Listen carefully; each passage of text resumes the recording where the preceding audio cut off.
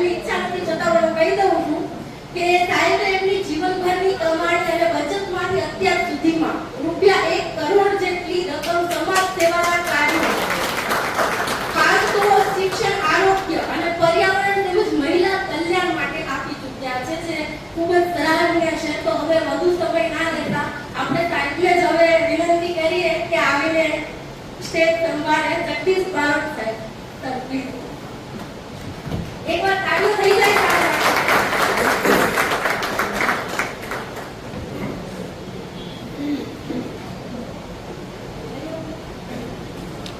સુરતમાં આટલી મોટી સંખ્યામાં શ્રોતાઓ અને જ્ઞાન પીપાસુઓ ઉપસ્થિત છે ધરણી અને ખૂબ આનંદ થાય છે.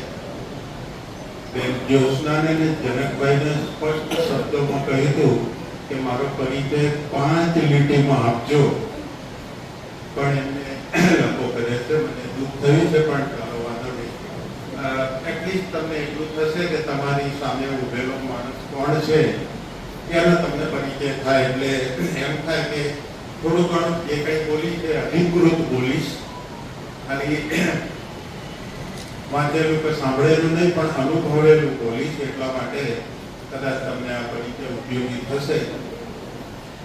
મને કહેવામાં આવ્યું છે કે આપણા વિદ્યાર્થીઓ, એટલે ગુજરાતના નહીં વાત કરું પણ આખા ભારત દેશના વિદ્યાર્થીઓ આટલા બધા અમેરિકા અથવા તો વિદેશમાં શા માટે જાય છે એની થોડીક વાતો કરીએ. આમ તો શિક્ષણનું મહત્વ મારા માટે ખૂબ ઊંચું છે અને હું હંમેશા કહેતો આવ્યો છું કે આપણી બધી જ સમસ્યાઓનું મૂળ આપણી અજ્ઞાનતા છે. તમે કોઈ પણ સમસ્યા ભારતની કહો તો હું એમાં તમને સાબિત કરી આપું વૈજ્ઞાનિક રીતે કે આપણી અજ્ઞાનતા, અક્ષર જ્ઞાન નથી બોલતો, અજ્ઞાનતા. ભણેલો માણસ, MA અને PhD થયેલો માણસ પણ અજ્ઞાની હોઈ શકે. હું પોતે પણ છું અજ્ઞાની ઘણી બાબતોમાં, પર્યાવરણ સિવાયના બહુ મને જ્ઞાન નથી. એટલે અજ્ઞાનતા એટલે કે સમજણનો અભાવ એ આપણી મોટી સમસ્યા છે. અને એટલા માટે આપણા કોઈ પણ તમે સમસ્યાનું એનાલિસિસ કરશો, પૃથ્થકરણ, તો તમને અનુભવાશે અથવા તો પુરવાર થશે કે આપણી બધી જ સમસ્યાઓ અજ્ઞાનતાથી છે. દુઃખ આપણને બહુ પડે છે એમ લો તો હું એમ કહી કે દુઃખનું કારણ પણ અજ્ઞાનતા જ છે. દુઃખ પણ ખૂબ ઉપયોગી છે પણ આપણે નથી જાણતા એટલે આપણે રોદડા રોઈએ છીએ. આ બધાનો ઉપાય, અજ્ઞાનતાને દૂર કરવાનો ઉપાય એટલે શિક્ષણ એ મહત્વનો ભાગ છે. પછી અનુભવ આવે ને પછી વિચાર શક્તિને આવે, પણ શિક્ષણ એ પાયાની જરૂરિયાત છે. અને એટલા માટે મારે મન શિક્ષણનું બહુ મોટું મહત્વ છે. અને બેને મેં સ્પષ્ટ લખ્યું હતું કે બેન હું દાન કરું છું એવું ન લખતા, પણ એમને તમને બધાને પ્રેરણા મળે એટલે કદાચ કહ્યું હશે કે તમે પણ દાન કરો. પણ મારું દાન માત્ર શિક્ષણ માટે હોય છે અને પછી આરોગ્ય અને કન્યા કેળવણીમાં હોય છે. એ સિવાયનું કોઈ દાન, અને હું ભારતમાં જ કરું છું ને ગુજરાતમાં જ કરું છું, બીજે ક્યાંય નથી કરતો. એટલે મારે મન શિક્ષણની ખૂબ ઊંચી મહત્તા છે અને એટલા માટે મારે શિક્ષણની વાત કરવી છે. આમ તો સારું છે કે લોકો પરદેશ જાય છે. ભારત માટે કદાચ બ્રેઇન ડ્રેઇન શબ્દ વપરાય છે કે આપણું બુદ્ધિ ધન બહાર જતું રહે છે, એનું થોડુંક નુકસાન થાય. પણ અમે ત્રણેય બુદ્ધિ ધન વાળા બહાર ગયા છે, પણ અમારી રગે રગમાં હિન્દુસ્તાનની ચિંતા હોય છે. અમે અહીંયા એટલા માટે દર વર્ષે આવીએ છીએ અને આવા કાર્યક્રમો કરીએ છીએ કે અમારા લોકોને સાચી વાત સમજાવીએ. અમારા લોકોને જે વેદમાં કહ્યું છે ને કે આનો ભદ્રા કર્મો યંતુ વિશ્વતઃ, જ્યાંથી પણ સારું મળે અમારા તરફ આપવા દો, જ્ઞાન આપવા દો, સમજણ આપવા દો, વિચારો આપવા દો. એટલે અમે ત્રણેય જણા આખું વર્ષ મહેનત કરીએ છીએ, ત્યાંથી બધું વિચારીએ છીએ, સંશોધન કરીએ છીએ, ગ્રહણ કરીએ છીએ અને પછી અહીંયા લઈ આવીએ છીએ. એટલે અમે તમારા માટે આ કામ કરીએ છીએ. એટલે બ્રેઇન ડ્રેન એ રીતે થોડુંક ઉપયોગી છે. તમે આઝાદીનો ઇતિહાસ જોશો તો ગાંધી બાપુ, જવાહરલાલ, સરદાર પટેલ, નેતાજી, પછી આપણા અરવિંદ ઘોષ અને બધા જ જે લીડરો એ વખતના હશે તો જોશો તો મોટા ભાગના વિદેશમાં પડી અને આવ્યા પછી જ એમને આઝાદીની ચળવળ શરૂ કરી છે. એટલે એ રીતે થોડુંક સારું છે. આપણા ગુજરાતીઓને એમ કહેવાય છે કે ગુજરાતીઓને ચોપડામાં રસ છે, ચોપડીઓમાં રસ નથી. એટલે કે ભણવામાં રસ નથી, વેપારમાં રસ વધારે છે. અને સુરતના લોકો તો એ માટે વેપારીઓ ખૂબ પ્રખ્યાત છે. પણ છતાંય મારે કહેવું છે કે આપણે ચોપડાઓમાં ભલે રસ લેતા હોય પણ ચોપડીઓમાં રસ લેવો છે. એટલે વિદેશ જનારા લોકો માટે ગુજરાતીમાં એક કહેવત છે કે ડાયો દીકરો દેશાવર વસે અને ડાહી વહુ રસોડે બેસે. જુઓ બિચારી વહુને કેટલો મોટો અન્યાય કે તું રસોડામાં બેસ. અત્યારે તો કહેવામાં આવે છે કે તું વધારે બાળકો પેદા કર. મારે એમાં નથી પડવું. એમાં નથી પડવું. મેં નક્કી કર્યું છે કે રાજકારણ અને ધર્મની વાતો ન છૂટકે જ કરીશ, ક્યાંક બાકી નથી કરવી. કારણ કે ફરિયાદો કરવાનો કોઈ અર્થ નથી. ટીકાઓ કરવાથી એ લોકો નફટ થઈ ગયા છે. બંને જો ને બૂમો પાડતા લોકો બુદ્ધિજીવીઓ કેટલા છે, મામૂલી છે ને, ભલે બૂમો પાડવા કરે છે. એટલે આપણે નક્કી કર્યું છે બૂમો નથી પાડવી, ફરિયાદે નથી કરવી, ટીકાએ નથી કરવી, કાંઈ નથી કરવું. અમે અમારું કામ સાયલેન્ટલી કરીશું. એટલે મારે એ કહેવું છે કે શિક્ષણ માટે જેટલું બને એટલું વધારે આપણે ધ્યાન કેન્દ્રિત કરવું છે અને આપણી બધી સમસ્યાઓ એનાથી ઉકેલી જવાની છે. અમેરિકાની આ બે સાહેબો અમેરિકામાં રહે છે, હું કેનેડામાં રહું છું. જગત જમાદાર અમેરિકા કહેવાય છે. કહેવાય છે ને બધી રીતે, સમૃદ્ધિમાં જુઓ કે તાકાતમાં જુઓ. ઘરમાં પડીએ તો ઓબામાને મારી આવ્યા હતા. કોઈ ચૂપચાપ કરી શક્યું છે? એટલી તાકાત પણ છે એનામાં, એટલું ધન પણ છે, વિજ્ઞાનમાં પણ એટલું જ આગળ છે, ટેકનોલોજીમાં પણ એટલું જ આગળ છે. કારણ શું છે એનું? શિક્ષણ છે. કોઈ ચર્ચ અત્યારે 80% ચર્ચ બંધ છે. 20% છે ને એ માત્ર રવિવારે 10 થી 12 2 કલાક ખુલે છે. માત્ર 10 થી 12. અને ખોલીને શું કરે છે? વૃદ્ધ લોકો જાય છે 70-80 વર્ષવાળા અને ત્યાં બેસીને શું સેવાના કામ થઈ શકે, દવાખાનામાં વોલેન્ટિયર થઈ શકાય કે રોડ ઉપર કોઈને મદદ કરી શકાય, એવી ચર્ચાઓ કરે છે. ભજન ગાતા કે રામદૂત નથી કરતા કોઈ. એટલે અમારે એમાં નથી અગેન પડવું, પણ હું એ કહેવા માંગુ છું કે અમેરિકા શક્તિશાળી છે એનું કારણ એક જ છે કે વિજ્ઞાન અને ટેકનોલોજી છે. અને વિજ્ઞાન અને ટેકનોલોજીનું મૂળ છે શિક્ષણ. અને શિક્ષણની વાત મારે કરવી છે એટલે બે ચાર મારા અંગત પ્રસંગોથી હું કરીશ એટલે તમને વધારે સમજાય. હું કેનેડામાં રહું છું. અમેરિકા અમારો પાડોશનો દેશ છે, પણ મને અમેરિકાની શિક્ષણ વ્યવસ્થા વિશે એટલો બધો ખબર નથી જેટલી કેનેડાની છે. અને કેનેડામાં તો મેં કોલેજમાં ભણાવી છે અને મારા છોકરીના છોકરાઓ એ બી નિશાળની બાલ મંદિરથી શરૂ કરી અને કોલેજ પૂરી કરી ત્યાં સુધીનો એમનો રોજે રોજનો મેં સહવાસ બેઠ્યો છે, પ્રશ્નોત્તરી કરી છે, એમની સાથે ઘણા પ્રવાસો કર્યા છે. એટલે મને કેનેડાની ખબર છે વધારે અને એના આધારે થોડા બે ચાર દાખલાઓ પણ હું વચ્ચે વચ્ચે કહીશ. પણ મૂળ તફાવત શું છે બે વચ્ચે? આપણી શિક્ષણ વ્યવસ્થા અને એમની શિક્ષણ વ્યવસ્થાનો મૂળ તફાવત શું છે? ભારતના બજેટના 6% શિક્ષણ પાછળ ખર્ચવું આવો નિયમ છે, આવો રૂલ છે. પણ 6% નથી ખર્ચાતા, 0.6% ખર્ચાય છે. ભારતમાં 0.6% શિક્ષણ પાછળ ખર્ચાય છે અને બાકીના બધા ફાલતુ કામોમાં જે ખર્ચાતા હોય એની મારે વાત નથી કરવી, શિક્ષણની વાત કરવી છે કે આ છે. અમેરિકામાં મારી દીકરીનો દીકરો ભણે છે, 9માં હતો, હવે 10માં આવે છે.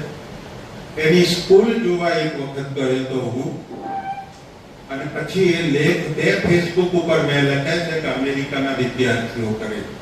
એ બેમાં મેં બધું જ વર્ણન કર્યું છે, પણ એમાં કહું કે છોકરાએ મને કહ્યું કે દાદા, મારી સ્કૂલ વર્ષે મારી પાછળ $1200 ખર્ચ કરે છે. અને $1200 એટલે 1,20,000 રૂપિયા એક છોકરા પાછળ. માધ્યમિક શાળાનો છોકરો, કોલેજની વાત નથી કરતો, માધ્યમિક શાળા. અને કોઈક વખત વેબસાઇટ ઉપર ઇન્ટરેસ્ટ હોય ને તો વેબસાઇટ ઉપર જજો, નોર્થવિલ મિશિગન આટલું લખજો અને પછી લખજો કે સ્કૂલ ઓફ નોર્થવિલ મિશિગન અને પછી જોજો એની ભવ્યતા જોજો. તો મેં કહ્યું કે મેં 6 યુનિવર્સિટીમાં ભણાવ્યું છે અને છતાંય તને કહું કે તારી માધ્યમિક શાળા મારી યુનિવર્સિટીના કરતા 6 ગણી મોટી છે, 6 times bigger. એના મેદાનો જુઓ ને રમતના, તો આપણને કલ્પના ના થાય કે આટલા મોટા એના ટ્રેક રેકોર્ડ ને આટલા બધા મેદાનો. એની આખી સ્કૂલનો મારે જો પ્રવાસ કરવો ને તો 1 દિવસ લાગે. માધ્યમિક શાળા નાનું ગામ, એની વસ્તી કેટલી છે ગામની? માત્ર 6000 લોકો. અને એ ગામમાં આટલું મોટું મેદાનવાળી સ્કૂલ છે અને મિશિગન રાજ્યની 1 થી 10 શાળાઓમાં એનો નંબર આવે છે. એટલે મારી દીકરી અને જમાઈ કેનેડાના નાગરિક હોવા છતાં દીકરાના માટે અમેરિકા મૂવ થઈ ગયા. આ શિક્ષણ પાછળ બાળકોનો પાછળ મા બાપ આટલો ભોગ આપે છે કે એમનું પોતાનું મકાન છે કેનેડામાં, બંને જણાની નોકરી હતી. મારી દીકરીને તો બેંકમાં મેનેજરની નોકરી, છતાંય રાજીનામું આપીને જતી કે મારા છોકરાને ભણાવો છે. એની નોકરીએ ગઈ, એનું ઘર અહીંયા મોટું 4 બેડરૂમનું ખાલી છે અને એ 1 બેડરૂમના ભાડાના મકાનમાં ત્યાં રહે છે. આ ત્યાંના બાળકો માટે વાલીઓ ભોગ આપે છે. આપણે કેટલો આપીએ છીએ વિચાર કરો. એટલે મારે એ કહેવું છે કે આપણે 0.6% બજેટના અહીંયા વાપરીએ છીએ. એ લોકો માધ્યમિક શાળાના છોકરા માટે 1,20,000 રૂપિયા વર્ષે વાપરે છે, દર વર્ષે.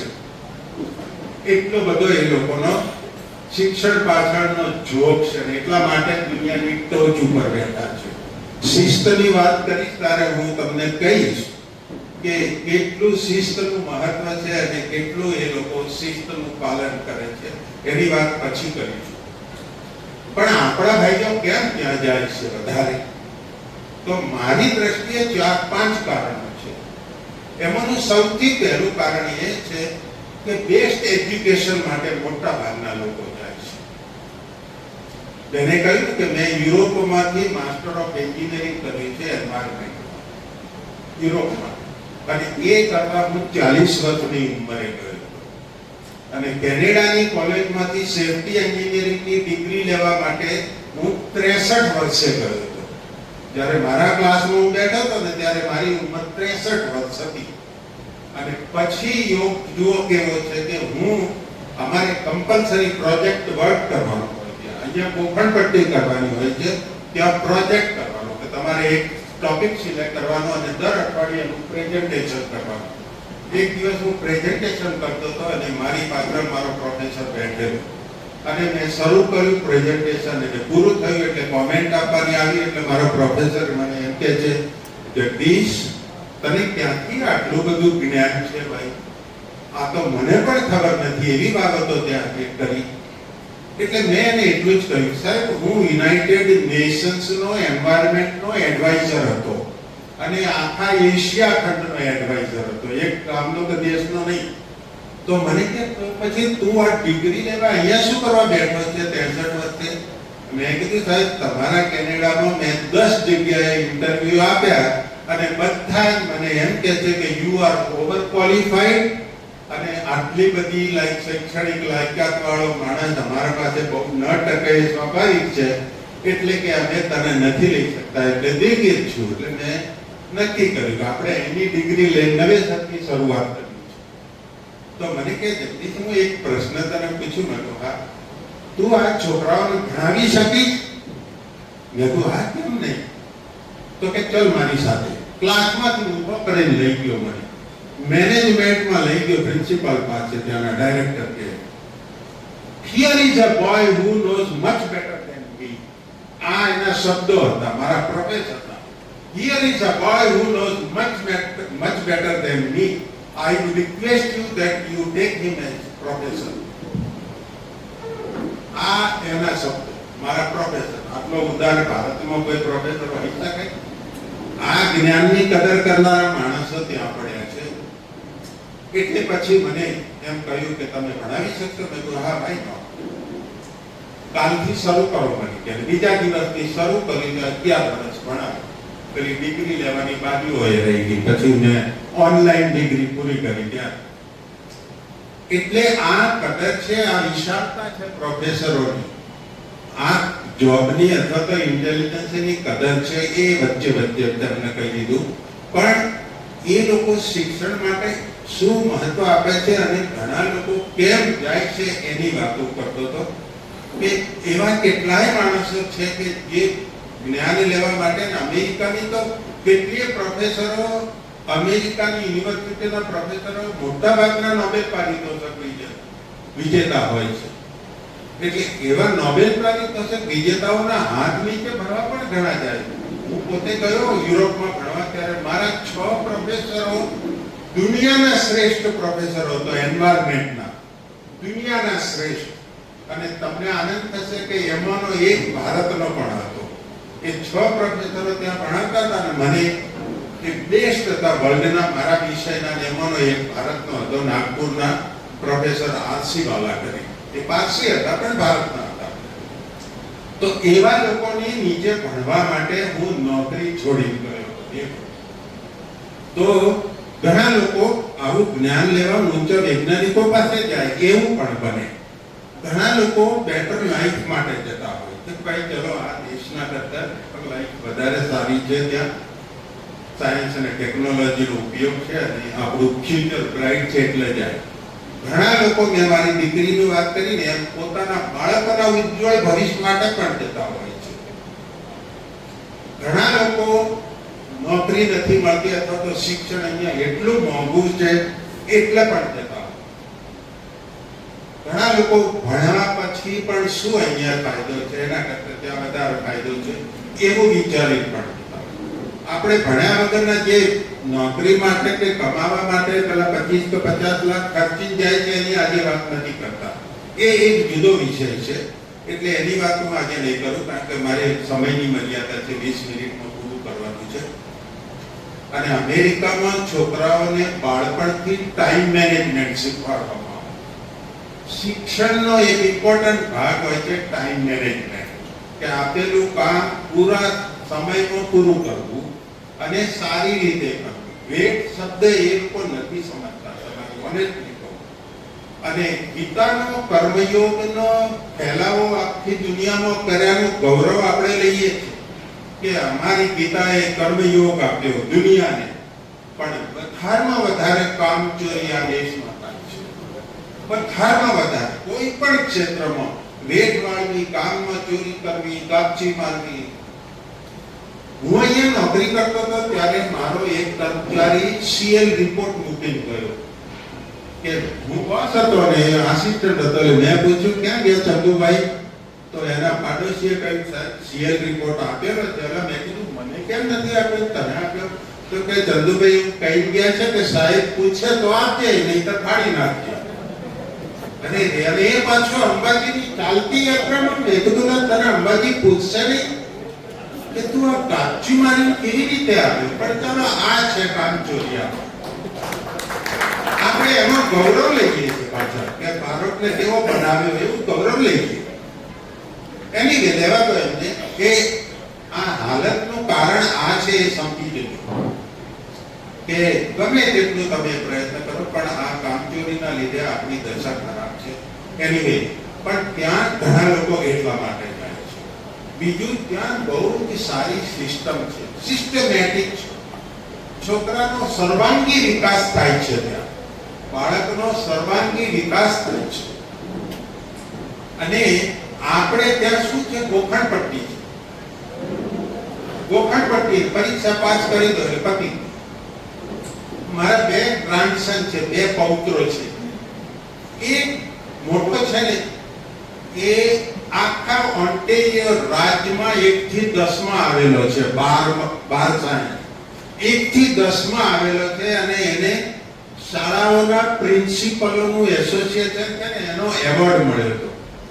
એ છોકરો 95% માર્ક 12માં સાયન્સ સબ્જેક્ટ સાથે લાવે છે. કે સાયન્સ પૂરું કર્યું એટલે કોઈ મા બાપ ફોર્સ ના કરે કે તારે કયો વિષય લેવો છે, કે ડોક્ટર થવું છે કે એન્જિનિયર, કોઈ ના પૂછે. અમે સહજ ભાવે પૂછ્યું કે બેટા હવે શું કરવાનું? તો મને કે દાદા હું કોમર્સ લઈશ. અરે ગાંડા, મેં કીધું કોમર્સ કેમ? આ તો ઘણા સારા, તું તો બેસ્ટ ટેકનિકલી છે યાર. કે દાદા મને કોમર્સમાં રસ છે એટલે જવા દો ને. અને કોમર્સ લીધું. ના એન્જિનિયર થયો, ના ડોક્ટર થયો, ના આઈટી એક્સપર્ટ થયો, કાંઈ જ નહીં, કોમર્સ થયો. કોમર્સ થઈને હવે શું? તો કે દાદા હું ચાર્ટર્ડ એકાઉન્ટન્ટ થવાનો છું. તો 24 વર્ષની ઉંમરે એ માણસ ચાર્ટર્ડ એકાઉન્ટન્ટ થઈ. અને અત્યારે હાલ એની કંપનીમાં સિનિયર મેનેજર છે 25 વર્ષે. અને છતાં એ કહે છે કે દાદા હવે હું થોડા દિવસ નોકરી કરવાનો છું, પછી મારું પોતાનું ફર્મ કરવાનું. આ પહેલા છોકરાની, મારા બાળકોને વખાણ નથી કરતો, હું એ કહું છું કે કોઈ મા બાપ ફરજ નથી પાડતા તારે આ જ કરવાનું, કે ડોક્ટર જ બનવાનું, કે એન્જિનિયર જ બનવાનું. કે ડોક્ટર કે એન્જિનિયર બનવાનું, એમાં વધારેમાં વધારે માલ મલિદા ખાવાના હોય. એટલે એ થાય છે, ભલે ચાલો કરો. પણ ત્યાંના બાળકોને કોઈ કદી પ્રેશર ન કરે. બીજા નંબરનો છોકરો 14 વર્ષનો છે, 10મામાં આવ્યો. સહજ ભાવે એના 2 લેખ ફેસબુક ઉપર છે, મારા ફેસબુક એકાઉન્ટમાં વાંચ્યો, અમેરિકાના વિદ્યાર્થી વિશેના. મને બધા એમ કે અરે ભાઈ અમેરિકામાં તો આ બધું શક્ય છે, કારણ કે એ તો સમૃદ્ધ લોકો છે. અહીંયા ભારતમાં એવું કેવી રીતે બને? આપણે તો ગરીબ માણસો છીએ. હું જ્યારે યુરોપ ભણવા ગયો ને ત્યારે મારું ડેઝર્ટેશન કરતો હતો ને, ત્યારે મારો જે ગાઈડ હતો ને પ્રોફેસર પાસ્ટમાયર, એ ડચ હતો. એની ભારતની સમસ્યાઓની ચર્ચા નીકળી એટલે મને કે કઈ સમસ્યાઓ છે? મેં કીધું ભાઈ અમારી ગરીબી છે, બેકારી છે, ભૂખમરો છે. મને કહે એનું શું કારણ? મેં કીધું જોબ નથી મળતી, આવા બધા કારણો બધા. એટલે મને કે જગદીશ તને ખબર છે અમારા નેધરલેન્ડની કેટલી વસ્તી છે? મેં કીધું આ 2-2.5 કરોડ છે. તો એ કે દુનિયાની ટોચ ઉપર અમે બેઠા છીએ, અને તમારી વસ્તી કેટલી? મેં કીધું એ વખતે 85 કેટલી કરોડ હશે. મેં કીધું આટલી છે. પણ મેં કીધું આટલા લોકોને અનાજ ક્યાંથી લાવીને ખવડાવવું, આટલા લોકોને બધી જીવન જરૂરિયાતની વસ્તુઓ ક્યાંથી પૂરી કરવી? મને કે જગદીશ ત્યાં 85 કરોડ લોકો તો કયા, પણ 170 કરોડ હાથ છે એ તો કઈ જ નહીં. તે અલા 170 કરોડ હાથ શું ચમત્કાર ના કરી શકે? મને કે પણ આપણે એ નથી કરવું. આપણે તો ઉપરની દૈવી શક્તિ આવીને બધું કરી જાય એવી અપેક્ષા છે. એની વહેમાઈ નહીં દઈએ. પણ આ હું તમને એટલા માટે કહું છું કે તમે જો એવું માનતા હોય કે ભાઈ એ તો અમેરિકા છે, એની સમૃદ્ધિ છે એટલે એ કરે, ભારતમાં એવું કેમ શક્ય છે? તો શક્ય છે કરવું હોય તો. આમાં વિચારોની જરૂર છે, પછી બધું આવી જાય છે ઓટોમેટિક. તો બીજા છોકરાને મેં પૂછ્યું કે તારો ફેવરેટ સબ્જેક્ટ કયો? મને કે દાદા મેથ્સ અને સાયન્સ. પછી મેં કીધું કે એ પછીનો ઇન્ટરેસ્ટનો સબ્જેક્ટ શું? તો કે દાદા હિસ્ટ્રી મને બહુ ગમે. સારું, ભવિષ્યમાં તારે શું ઈચ્છાઓ છે? મને કે દાદા હું મરીન બાયોલોજિસ્ટ થવા માંગુ છું. હવે 9મા ધોરણના છોકરાને અહીંયા પૂછજો કે મરીન બાયોલોજી એટલે શું, એને ખબર છે? આ છોકરો મને કહે છે દાદા હું મરીન બાયોલોજિસ્ટ થવાનો છું. મને બી અચંબો લાગે કે તારે કશું નહીં, તું મરીન બાયોલોજીમાં કેમ જવાનો છે? આ ત્યાંના છોકરાઓની સ્વતંત્રતા છે, મા બાપની પણ સ્વતંત્રતા છે. આ મારે કહેવું. એટલે અમેરિકામાં લોકો આવા કારણોસર જતા હોય છે.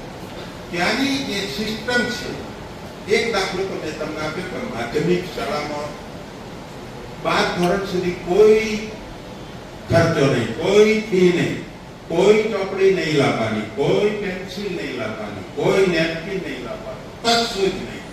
બાલ મંદિરમાં છોકરો ભણતો હતો ને ત્યારે હું એના બાલ મંદિરમાં એક દિવસ મૂકવા ગયો હતો ને, તો સાહેબ બાલ મંદિર આપણી 5 સ્ટાર હોટલમાં સગવડો હોય ને એટલી સગવડો વાળું બાલ મંદિર. અલગ નહીં કીધું આટલું સુંદર. અમે એસએસસી માં હતા ત્યારે આવું તો નહોતું અમારે.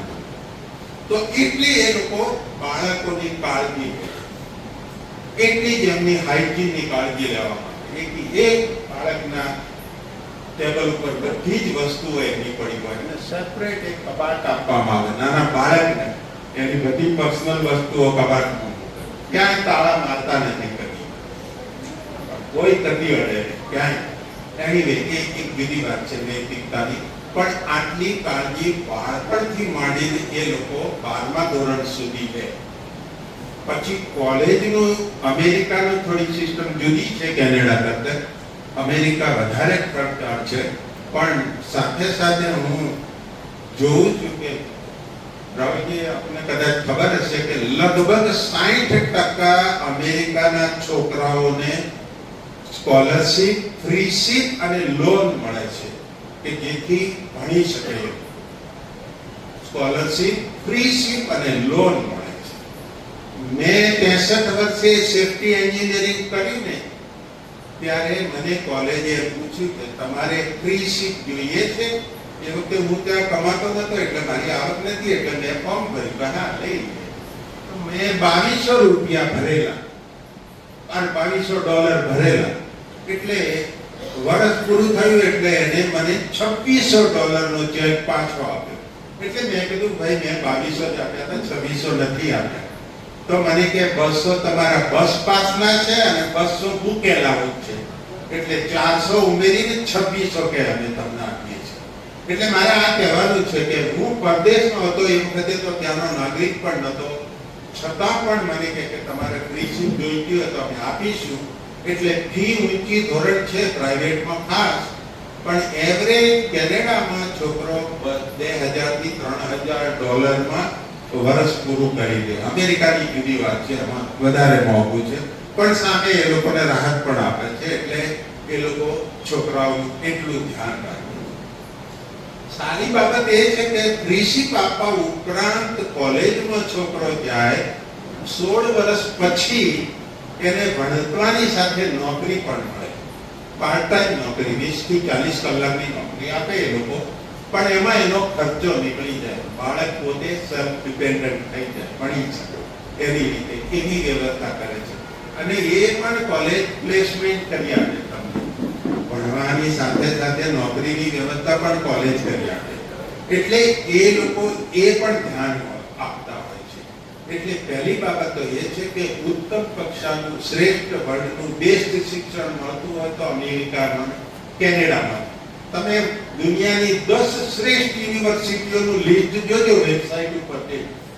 દુનિયાની શ્રેષ્ઠ 10 યુનિવર્સિટીઓનું લિસ્ટ જોજો.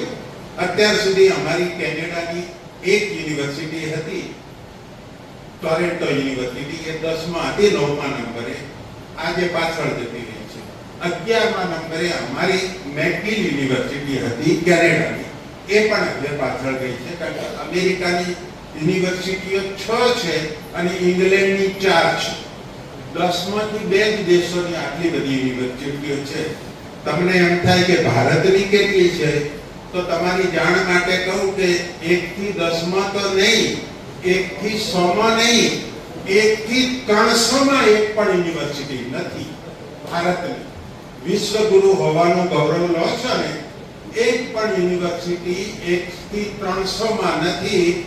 1 થી 350માં એક યુનિવર્સિટી અત્યાર સુધી હતી, બેંગ્લોરની ઇન્સ્ટિટ્યૂટ ઓફ સાયન્સ ટાટાની, અત્યાર સુધી 1 થી 350માં હતી.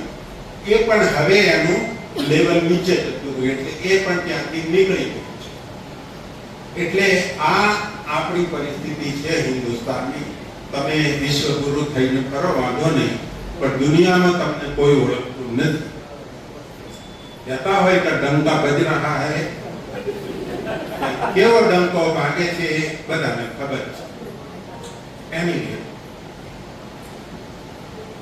તો આ વસ્તુ છે કે બેસ્ટ શિક્ષણ ત્યાં મળે છે. પોઝિટિવ ક્રિએટિવ થિંકિંગ મળે તમને. અમારા છોકરાઓને પરીક્ષા વાર્ષિક હોતી નથી ત્યાં. નો એન્યુઅલ એક્ઝામ, નો ગોખણ પટ્ટી, નો મેમોરાઇઝેશન, કાંઈ જ નહીં. 15 દિવસે એની પ્રોજેક્ટ પૂરું થાય, એનો એપ્ટિટ્યુડ ટેસ્ટ લેવામાં આવે, એની અસેસમેન્ટ થઈ જાય. અને એસેસમેન્ટ થયા પછી બધા જ છોકરાઓનો આપણે જેને પ્રગતિ અહેવાલ કહીએ છીએ ને, એમાં કોઈ પરીક્ષાના ટકાવારી ના હોય પ્રગતિમાં. માત્ર એ છોકરાનું કમ્પ્લીટ આખા વર્ષની એક્ટિવિટી ઉપરથી એમને જે ઓબ્ઝર્વેશન કર્યું હોય એની બધી જ વિગતો હોય. મા બાપે વાંચવાની બધી જ વિગતો બાળક સાથે ચર્ચા કરવાની અને પછી એના ક્લાસ ટીચર અને પ્રિન્સિપલ જોડે વાલી અને એનું બાળક આવીને બેસે. એક પોઈન્ટની ક્રોસ ચેક થાય, પૂછવામાં આવે શું કારણ છે, કેમ આવું થયું, હવે શું કરવામાં આવશે, કેવી રીતે તમે એને સુધારી શકો, આની ચર્ચા થાય. કોઈ માર્કશીટ જોવે નહીં તો કોઈ માર્કશીટ પૂછે નહીં તો કોઈ માર્કશીટ બનાવતા નહીં. એસેસમેન્ટ ટેસ્ટ થાય પણ એન્યુઅલ એક્ઝામ નહીં, એટલે ગોખણ પટ્ટીએ નહીં. એટલે બાળકને રોજ પ્રેક્ટિકલ થિંગ્સ બતાવવામાં આવે, એને ક્રિએટિવ થિંકિંગ કરવામાં આવે, ક્રિએટિવ વર્ક કરવામાં આવે, પ્રોજેક્ટો બનાવવાના, કેટલીય જાતના રમકડા બનાવવાના, દરેક પ્રસંગને અનુરૂપ એની બધી એક્ટિવિટી કરાવવાની. એ ત્યાં છે એટલે એને લાઈફની જે ઉપયોગિતા છે ને એની ખબર.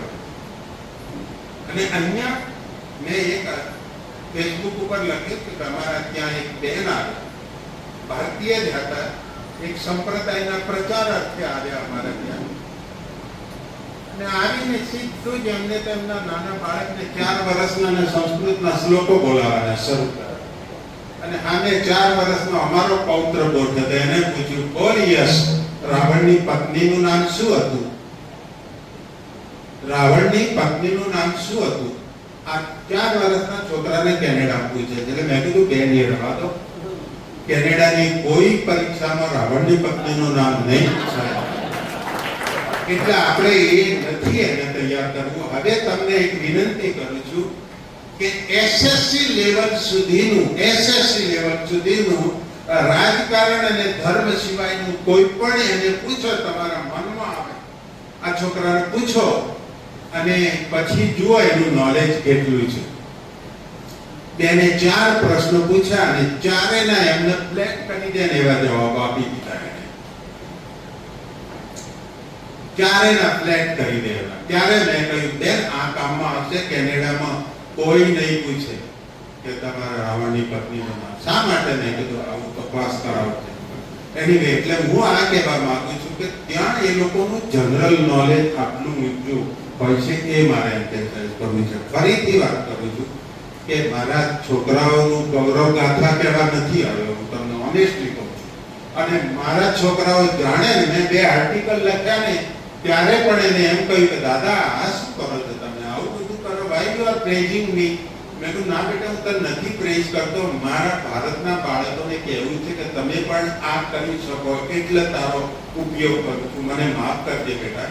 ઇટ્સ ઓકે, ઇટ્સ ઓકે, પણ આવું ના કરો તો સારું, મારા વખાણ ન કરશો. એ એટલે ફરીથી તમને કહું છું કે હું વખાણ કરવા મારા છોકરાઓના નથી માંગતો, પણ એમનામાં શિસ્તની શું ભાવના હોય છે એની વાત. મેં હજુ સુધી કોઈ કોલેજના છોકરાને ક્યાંય તોફાન નથી કરતો. મેં 11 વર્ષ ભણાવી કોલેજ. મેં કદી કોઈ છોકરાને ગંદી હરકત કરતો કે કોઈની ટીકા કરતો. ઓનેસ્ટલી કહું છું તમને કે મેં આજ દિન સુધી મારી કોલેજમાં 12,000 છોકરાઓ ભણે છે. સેન્ટ ક્લેર કોલેજ વિન્સરની, એમાં 12,000 છોકરાઓ સાયન્સ અને ટેકનોલોજી કોલેજ. આજ દિન સુધી મેં કોઈ છોકરાને, કોઈ છોકરી વિશે ગંદી કોમેન્ટ કરતો કે કોઈ હેરાનગતિ કરતો કદી નથી જોયો. બસમાં પણ નહીં, રોડ ઉપર પણ નહીં, કે ક્યાંય નહીં, હજુ સુધી નથી જોયો મેં. હું એકદમ સત્ય તમને હકીકત. હા, એ લોકો ખુલ્લા હોય તો સિગરેટ પીવે છે આજે પણ, એટલે કોલેજના છોકરાઓ, સ્કૂલ સુધીના નહીં, પણ કોઈ છોકરાઓ સિગરેટ પી. ત્યાં જુગારખાના બી ભયંકર છે અને ત્યાં બધી જાતની વાઇસીસ જેને કહેવાય ને કે સમૃદ્ધિ છે એટલે બધા વાઇસીસ આવે. પણ મેં કોઈ માણસને રોડ ઉપર બકવાસ કરતો કે દારૂ પી લથડીઓ ખાતો કે કોઈના ગજવામાંથી પૈસા કહેતો નથી જોયો, કદી નથી જોયો આજ દિન સુધી. એટલે એ લોકો એટલા ડિસિપ્લિનમાં માને છે, એટલા એ લોકો રિસ્પેક્ટમાં માને છે કે તમને કોઈ દાડો કોઈ અડચણ નથી. કોઈ છોકરાને કે છોકરીને મેં કદી લેટ આવતા નથી જોયા. કોઈ દિવસ મારા ક્લાસમાં કોઈ છોકરો કે છોકરી લેટ આવ્યો હોય ને હજુ સુધી નથી બન્યું.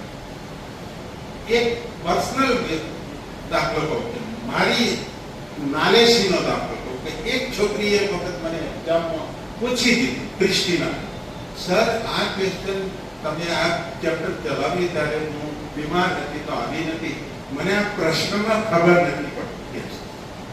એટલે મેં એમને આઈ વોઝ નોઈંગ કે એ આવી નહોતી, એ મને ખબર હતી, એટલે મેં એને એક્સપ્લેન કર્યું આ રીતે ચેપ્ટર હતું. હવે મારી જેને કહેવાય કે ખરાબ આદત કે એ મેં એક્સપ્લેનેશનમાં એનો જવાબ પણ ગણી લીધો, એનો જવાબ પણ અંદર આવી જાય એવી રીતે એક્સપ્લેનેશન કરેલું. બિલીવ મી ઓનેસ્ટલી એક છોકરીએ એનો જવાબ લખ્યો જ નહીં. પછી જ્યારે એક્ઝામનો મેં રિઝલ્ટ આપી ત્યારે મેં એમને સામેથી પૂછ્યું કે Christina, I think I have explain to you and I think I told you કે ધીસ વોઝ ધ આન્સર. મને કે હા સાહેબ તમે મને કહ્યું હતું પણ મને નતો આવડતો ને એટલે મેં નથી લખ્યું. આ ઓનેસ્ટી છે. હું એટલા માટે તમને કે સાહેબ તમે તો મને કહ્યું તો મને ખબર છે પણ મને નતો આવડતો ને એટલે મેં નથી લખ્યું. કદી કોઈ દિવસ જૂઠું ના બોલો, કોઈ દિવસ નહીં. ક્યાંય કદી મંદિરમાં નથી જતા કે ક્યાંય ગીતા કે ભાગવત વાંચતા નથી. અને અહીંયા ગલીએ ગલીએ પારાયણો થાય છે, ગલીએ ગલીએ. અને છતાંય આપણે આપણી બહાદુરી સમજીએ છીએ કે મેં કેવો આને ઉલ્લુ બનાવ્યું. એની વાત આપણે કે આ ડિસિપ્લિન છે ત્યાંની. કદી કોઈ છોકરો જૂઠું નથી. તમે આપણે તો વાતમાં કહીએ કે સોગંદ ખાઈ કહું છું બેન માનણ, ત્યાં કોઈ છોકરો આવું કદી શબ્દ ન બોલે કે સોગંદ તો જુઠ્ઠો માણસ ખાય. સાચો માણસ કદી સોગંદ ખાતો હશે? અરે માનવો તો માન, નહીં તો રવા દે ભાઈ. પણ આ હકીકત કોઈ છોકરો ન બોલે કે સાહેબ હું સાચું કહું છું, બસ એવું કદી ના બોલે. એ એમ જ કે yes I did it, that's all. તમારે માનવું તો માનો, ન માનો તો તમારી માનો. આટલી ઓનેસ્ટી હોય છે એટલે દુનિયાની ટોચ ઉપર બેઠા છે. અને એટલા માટે હું કાયમ મારા લેખોમાં ઉલ્લેખ કરું છું કે કોઈ દેશ એના ભવ્ય સાંસ્કૃતિક વારસાથી મહાન નથી બનતો. કે ભાઈ ઓહો અમારી પાસે તો વેદનો વારસો હતો, પુષ્પક વિમાન હતું અમારી પાસે, આવું ક્યાંય ગૌરવથી મહાન નથી થવાતું. એ ભવ્ય ઇમારતોથી પણ અમારી પાસે તાજમહાલ છે, અમારી પાસે 3000 કરોડમાં બનાવેલું સરદારનું સ્ટેચ્યુ છે, દુનિયાનું સૌથી ઊંચું, એમાંય મહાન નહીં બનાય. એ સરદારની સ્ટેચ્યુની નીચે રહેતા આદિવાસીઓની શું દશા છે એને વિચાર કરજો. એટલે કે છે કે ભવ્ય ઇમારતોથી પણ કોઈ દેશ મહાન નથી બનતો, કોઈ દેશ મંદિરોથી પણ મહાન નથી બનતો. આ મારા શબ્દો નથી, આ પશ્ચિમના વૈચારિકોના શબ્દો છે. હું તમને કહી રહ્યો છું, હું નથી કહેતો, એ લોકો કહે છે કે કોઈ દેશ પોતાના ભવ્ય મંદિરો છે કે અમારી પાસે અયોધ્યામાં બહુ મોટું મંદિર છે, કાશીમાં છે ને હિમાલયમાં અમારા શિવજી બેસે છે, એનાથી મહાન નથી થતા. શિવજીના છોકરાઓ 80 કરોડ છોકરાઓ ભૂખે મરે છે બીજા. એટલે કે છે કે એનાથી નથી થતું. દેશ મહાન બને છે માત્ર અને માત્ર શિસ્તબદ્ધ નાગરિકોથી. Only disciplined citizens of the country make the country great. અને અમેરિકા, કેનેડા અને યુરોપના લોકો મહાન એટલે છે કે એ લોકો મોસ્ટ ડિસિપ્લિન છે. ક્યાંય કોઈ ખોટું નહીં કરવાનું, ક્યાંય લાઈન નહીં તોડવાની, ક્યાંય કોઈને બનાવવાનું નહીં, કોઈને છેતરવાનો નહીં, કોઈ કાળા બજાર નહીં, કાંઈ જ નહીં. તમે જેને ન્યુસન્સ વેલ્યુ કહો ને એવી નહીં. બે દાખલા આપી દઉં નાના મારા પોતાના. એક વખત હું કોલેજમાં જતો હતો, ઉતાવળમાં હતો, બસમાં કાયમ હું જોઉં છું, મારો મોબાઈલ ગજવામાંથી નીકળીને બસમાં પડી ગયો. હું તો કોલેજમાં ભણાવવા ગયો. સાંજે 5 વાગે છૂટે ત્યારે મેં કીધું મારા વાઈફનો નિયમ કે તમે નીકળો એટલે મને જાણ કરજો, એટલે હું રસોઈ ગરમ કરી નાખું. એટલે મેં કીધું ચલો શ્રીમતીજીને જાણ કરી દઉં કે હું હવે નીકળું છું. જોઉં તો મોબાઈલ નહીં. શું કર્યો મોબાઈલ?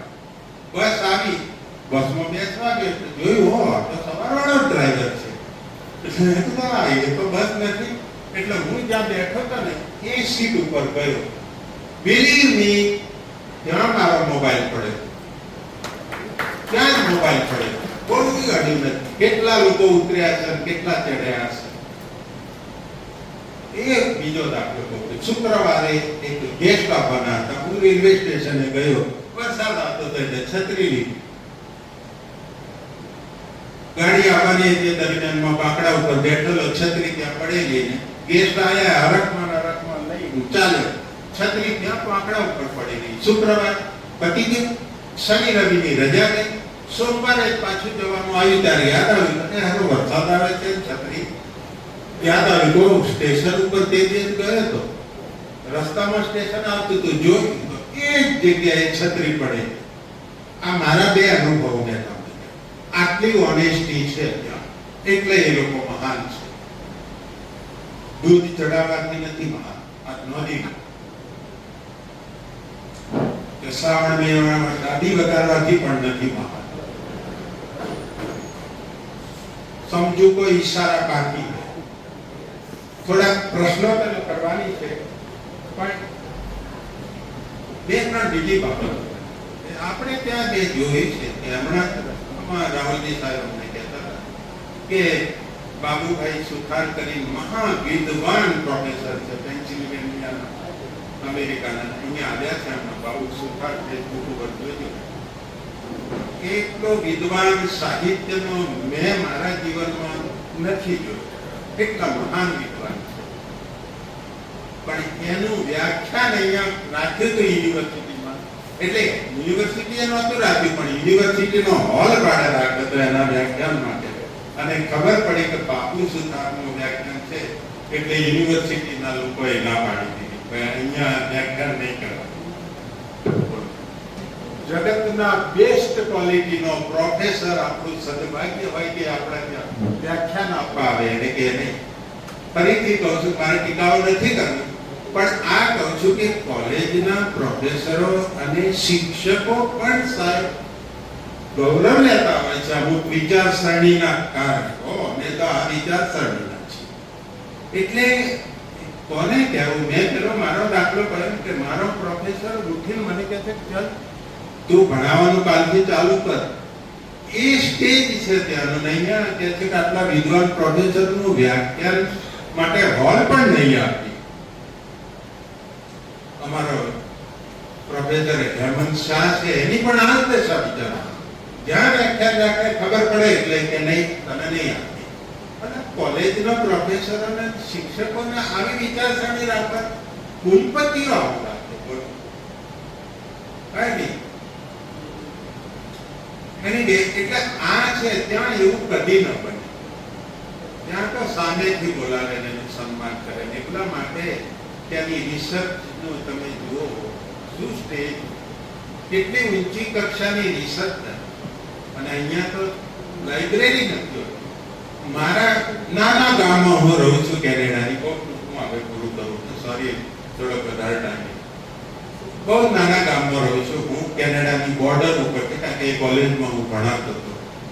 કેનેડાના વોર્ડ હોય ને, આપણે નથી કહેતા કે આ મ્યુનિસિપાલિટીનો વોર્ડ, વોર્ડ વાઇઝ દરેક વોર્ડમાં લાઇબ્રેરી છે ગવર્મેન્ટની. હા, દરેક વોર્ડમાં લાઇબ્રેરી છે અને સમૃદ્ધ લાઇબ્રેરી. એમાં કોમ્પ્યુટર જોઈએ એટલા. સવારથી સાંજ સુધી કોઈ પણ છોકરો ત્યાં કોમ્પ્યુટર ફ્રી વાપરી શકે ઇન્ટરનેટ સાથે. એમને સ્ટડીનો રૂમ મોટો જુદો હોય, સાયલેન્ટ રૂમ, કે જ્યાં જે છોકરો પોતાના ઘરે સગવડના હોય તો ત્યાં ભણવા બેસી શકે. દરેક સ્ટુડન્ટને 15 પુસ્તકો એક સાથે આપવામાં આવે. 15. કોઈ પણ મેગેઝિન પણ વાંચવામાં આવે અને જર્નલ પણ વાંચવામાં આવે.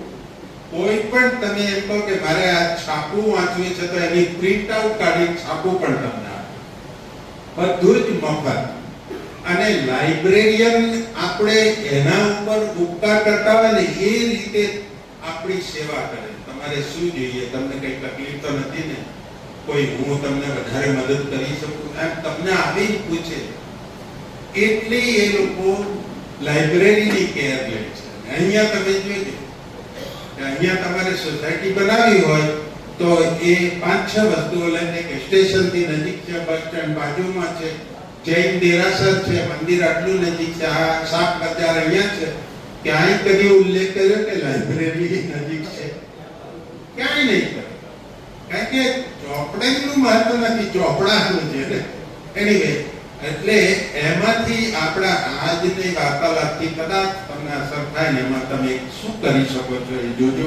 બાકીના પ્રશ્નોના જવાબમાં હું તમને કહીશ વધારાની માહિતી. આમ તો ઘણું બોલી શકાય, એક દિવસનો સેમિનાર કરવો હોય તો પણ કરી શકાય, એ લોકોની વિષયવાર ચર્ચા પણ કરી શકાય કે ભાઈ આ બાબતમાં શું રિસર્ચમાં શું શું કરાવે છે, છોકરાઓ પાસે કયા પ્રોજેક્ટ કરાવે, આ બધી જ વિગતો છે. અને હું વખત ફેસબુક ઉપર લખતો હોઉં છું અને આના બધા ટોપિકોના હું સેપરેટ આર્ટિકલ ફેસબુક ઉપર મૂકીશ, એટલે તમને વધારે થાય. એમાં તમે ચર્ચા કરી શકો, પૂછી શકો. આજે પણ અંતે પૂછજો. મારે ઘણું કહેવાનું છે પણ સમયની મર્યાદાના લીધે હું તમને વધારે નથી કહેતો. તમારો બધાનો ખૂબ ખૂબ આભાર કે તમે અહીંયા આવ્યા છો. તમે આ સાંભળવા આવ્યા છો ને, જ્ઞાન ગોષ્ઠી છે એટલે જ્ઞાન પીપાસ જ કહેવાય ને. જ્ઞાનની પરબમાં આવ્યા છો ને તમે, એ બદલ તમને ખરેખર અભિનંદન આપું છું કે સુરતના લોકો, સુજ્ઞજનો આટલી મોટી સંખ્યામાં અમને સાંભળવા આવ્યા. કોઈ બાપજીના આશીર્વાદ લેવા તો જાઓ, પણ અમે તો ક્યાં તમને આશીર્વાદ આપવાના? અમે તો તમને ટેન્શન આપવાના છીએ, અમે તો તમને હોમવર્ક આપવાના છીએ કે પહેલા વિચારજો આના વિશે. અને આપણી બધી જ સમસ્યાઓના હલ આપણી પાસે જ છે. કોઈ બીજી આશા આવી તમારા પ્રશ્નો હલ કરશે એવી મને કોઈ શ્રદ્ધા નથી. અને હું તમને વિનંતી કરું કે તમારા પ્રશ્નો તમારે જ હલ કરવા પડશે. તમારી પાસે એ શક્તિ છે, એટલા માટે કરજો. પ્રાર્થના અમે કેનેડામાં કદી કરતા નથી. અમારી યુનિવર્સિટીમાં પ્રાર્થના કોન્વોકેશનમાં થતી. પદવીદાન સમારંભ હોય ને ત્યારે 2 મિનિટની પ્રાર્થના થાય. પેલેસ્ટાઈનથી આવેલી એક મુસ્લિમ છોકરીએ વાંધો લીધો કે તમે ક્રિશ્ચિયનોની પ્રાર્થના એકલી કરો એ કેમ ચાલે, અમારી પણ પ્રાર્થના કરો. એટલે પેલા લોકો કે ભાઈ બધાની કેવી રીતે થાય? તો 65 દેશના છોકરાઓ પડે. તો પેલી છોકરી કહે તો તમારી એ નહીં થાય.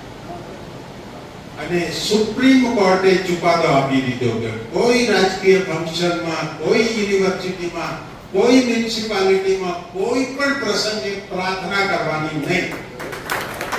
આ કેનેડાની સુપ્રીમ કોર્ટનો ઓર્ડર છે. જોજો વેબસાઇટ ઉપર કે prayers banned by supreme court in Canada એવું લખજો એટલે આવશે બધી જ વિગતો કે ક્યાં ક્યાં બંધ કરાવી. નો પ્રેયર.